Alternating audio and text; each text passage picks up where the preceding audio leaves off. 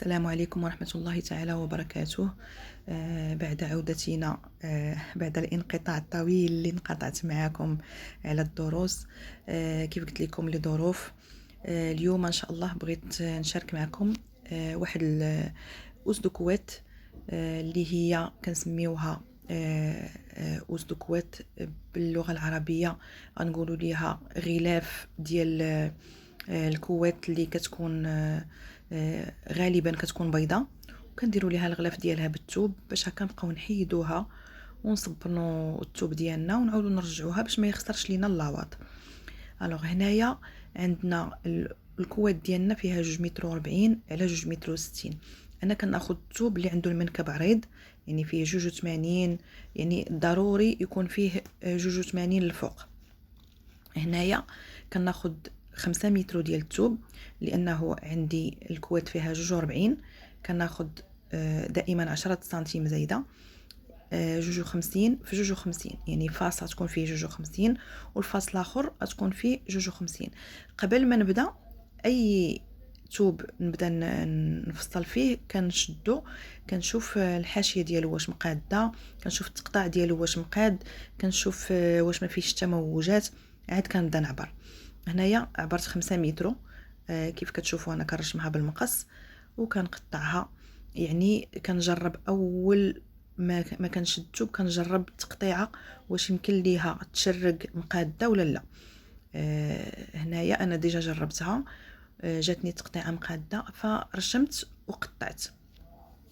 بالنسبه للثوب كناخذوا اي ثوب عجبنا، المهم هو انه يكون فيه العرض.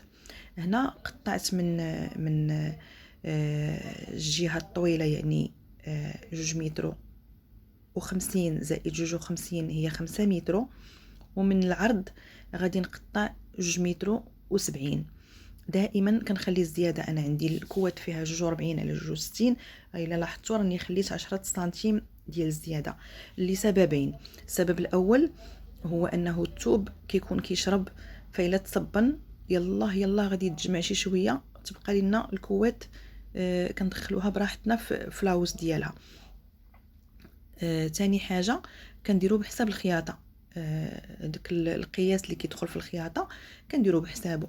هنا كي لاحظتوا راه حيدت من العرض، داكشي اللي شاط ليا من العرض حيدته،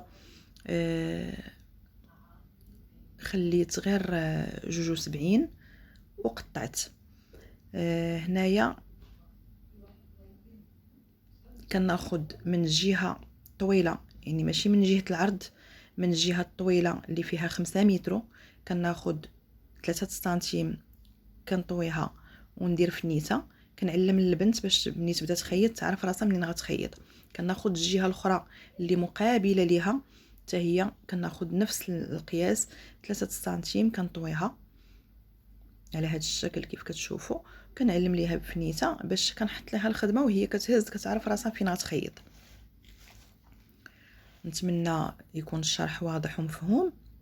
هانتوما 3 سنتيم وكنمشي على طول ديك 72 كامله كنخيطها على طول 3 سنتيم.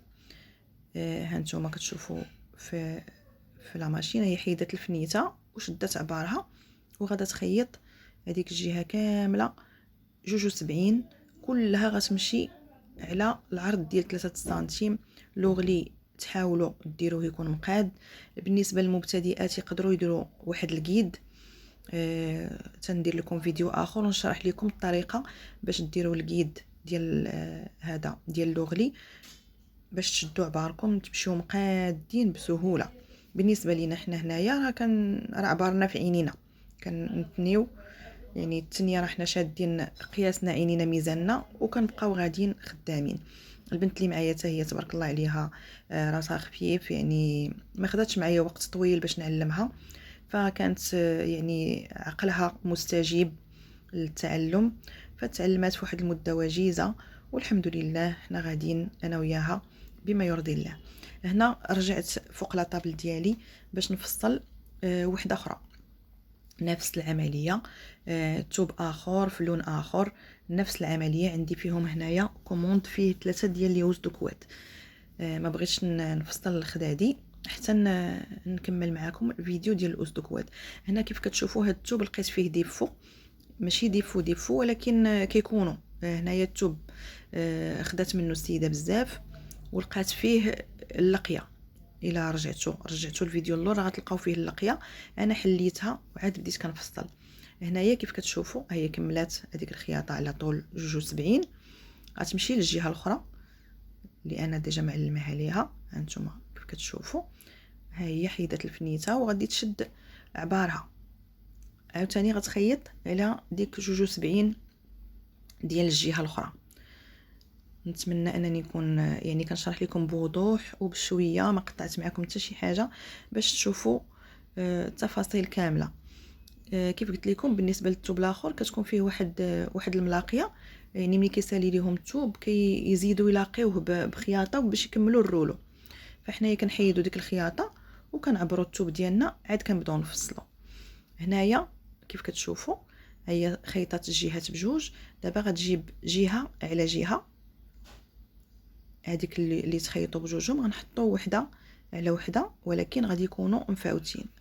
هانتوما كيف كتشوفوا جبنا الحد ديال الخياطه على الحد ديال الثوب وجبنا وحده فوق وحده. نتمنى انها تكون واضحه. يمكن لكم ترجعوا الفيديو تشوفوها مزيان. هنا كنخيطوا الجناب شتي باش كتجي وحده مغلفه الاخرى، وكنخيطوا الجناب الجهتين بجوج اللي بقاو محلولين باش كتجي جهه فيها الحله وجهه فيها الطويه ديال الثوب، حيت تبارك الله راه 5 متر، يعني الا طويناها على جوج غيعطينا 2 متر و50. محيده منه هذيك 3 سنتيم ديال الخياطه، يعني 3 على 1 اللي داخل هي 4 كتبقى ليا كتبقى ليا 2 متر و46. كيف كتشوفوا هي كملات هاد الجهه وغادي تخيط الجهه الاخرى.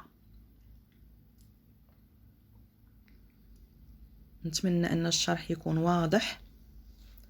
هنا ملي كتخيط الجهتين بجوج كناخذوا داك الحله اللي كتبقى في الفم ديال الاسدكوات، كتعبر هنايا واحد 50 سنتيم من كل جهه، كنسدوها بالخياطه.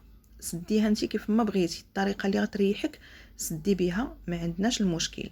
حنا كنسدو بهذه الطريقه هذه، كنحطوا الطرف على الطرف وكنسدوها باش كتبقى لينا غير حله صغيره نديرو فيها الصدف. هانتي شتي انا شاده معاها هنايا باش كتجيب الطرف على الطرف وكتخيطوا. نتمنى يكون واضح. اللي عندها شي سؤال تخليه ليا في التعاليق، اللي ما فهمت شي حاجه تخليها ليا ونعاود نشرحها ليها بتفصيل اكثر.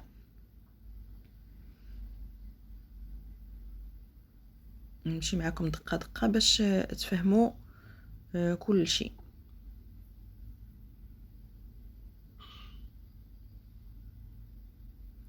شفتي هذاك كنحطوا الطرف على الطرف، يعني ديك 3 سنتيم على 3 سنتيم وكنخيطوا. من بعد هنايا راه كنقلبها، كناخذ ملي كنكون كملت كناخذ لا اسدكوات ديالي كنقلبها، كنفيني بعدا نحيد الخيوطه كاملين اللي كاينين لداخل وكنقلبها، كتخرج عندي بحال شي مخده كبيره.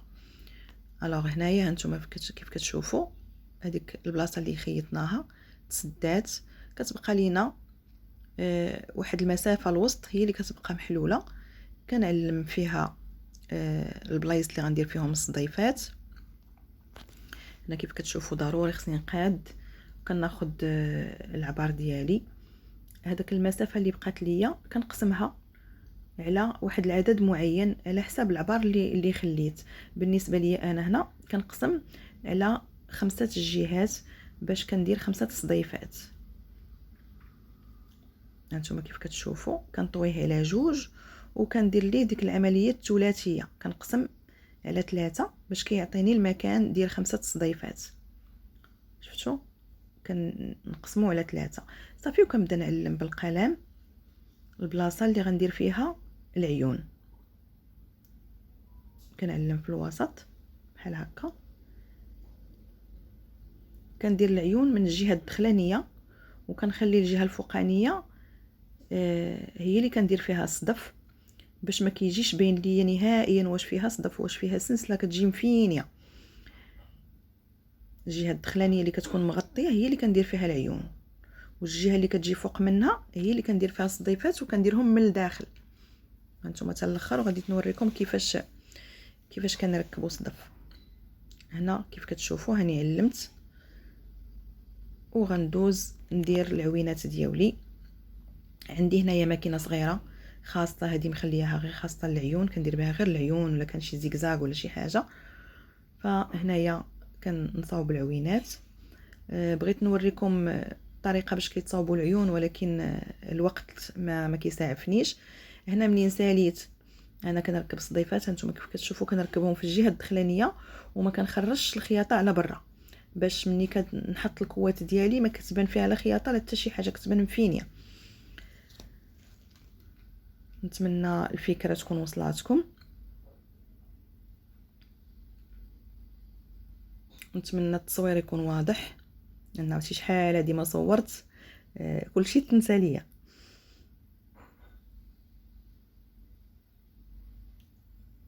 اي سؤال عندكم خليوه لي في التعاليق. هانتوما شوفوا كيفاش كنسد الصدفه من الداخل باش ما كيبانش نهائيا على الوجه حتى شي حاجه، لا خياطه لا صدف لا حتى شي حاجه. نتوما شوفوا كتبان مفينيه مزيان. هاد الشيء مازال ما تحددش، وان شاء الله ملي تحدد راه كتبان عندها واحد الشكل ما نقولش لكم، كتجي روعه. هذه سامبل ما فيها حتى شي حاجه، فيها لا طرز لا والو، ابسط ما كاين. كاينين موديلات اخرين ان شاء الله منين نخدمهم نوريهم لكم، كيكون فيهم دونطيلات، كيكون فيهم طرز، وان شاء الله نوريكم اي جديد. والسلام عليكم ورحمه الله تعالى وبركاته.